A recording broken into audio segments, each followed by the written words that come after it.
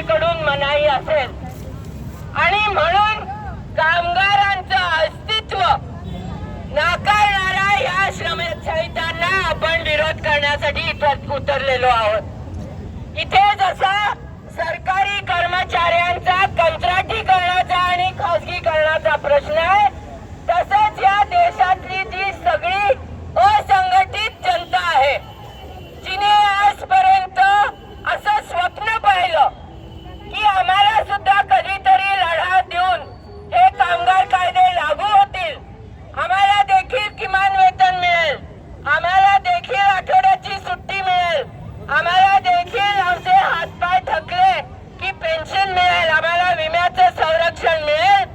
आज या सगळ्या असंघटित 95-96% श्रमिक वर्गासमोर या कामगार संहितांमुळे एक अंधकार पसरलेला आहे। परंतु आम्ही असे आहोत की आम्ही अंधारात ज्वाला पेटवणारी माणसं आहोत।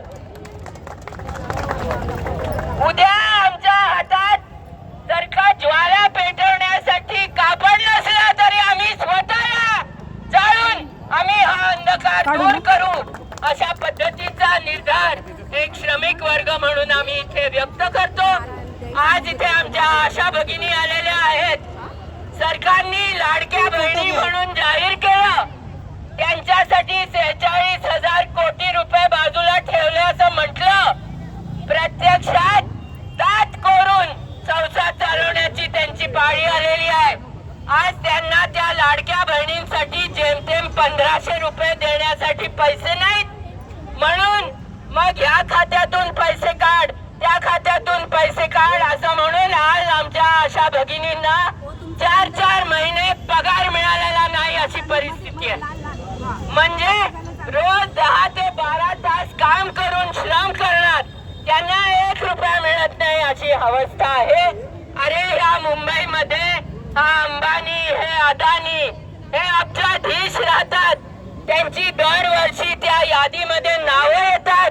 अरे तुम्ही त्यांच्यावर 1% कर लावा आणि या जनतेच्या कल्याणासाठी पैसा उभा करा असं आम्ही सांगायला सुद्धा आज इथे आलेलो आहोत। या देशातल्या योजना कर्मचारी असतील, आशा असतील, अंगणवाडी कर्मचारी असतील, पोषण आहार शिजवणारे, आपल्या मुलांना दुपारचं जेवण देणाऱ्या महिलांना आज हे केंद्र सरकार फक्त 1,000 रुपये देतं महिन्याला। किती शर्मेची गोष्ट आहे। आमच्या घरेलू कामगारांना आजही किमान वेतन मिळत नाही।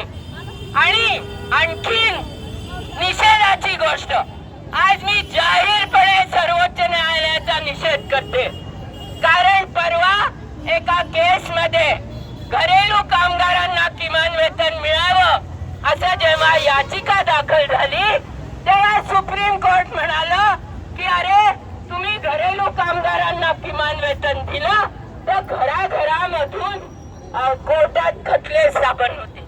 आणि म्हणून आम्हाला सांगायचंय, सुप्रीम कोर्टाला सांगायचंय, आम्हाला सरकारला सांगायचंय, आम्हाला प्रशासनाला सांगायचंय, आम्हाला पोलिसांना पण सांगायचंय, आज ह्याच्यानंतर तुम्ही आम्हाला थांबवू शकत नाही। आम्ही एकदा रस्त्यावर उतरून निर्धार केला तर आम्ही लढत राहणार आहोत। या कामगार संहिता तुम्ही मागे घेतल्याच पाहिजेत। तुम्ही जनसुरक्षा कायद्यासारखे कायदे करा, परंतु शेवटी आम्ही लढणार आणि आम्ही जिंकणार एवढा विश्वास मी व्यक्त करते। CITU संलग्न असलेल्या सर्व युनियन, आशा वर्कर्स युनियन, पुणे जिल्हा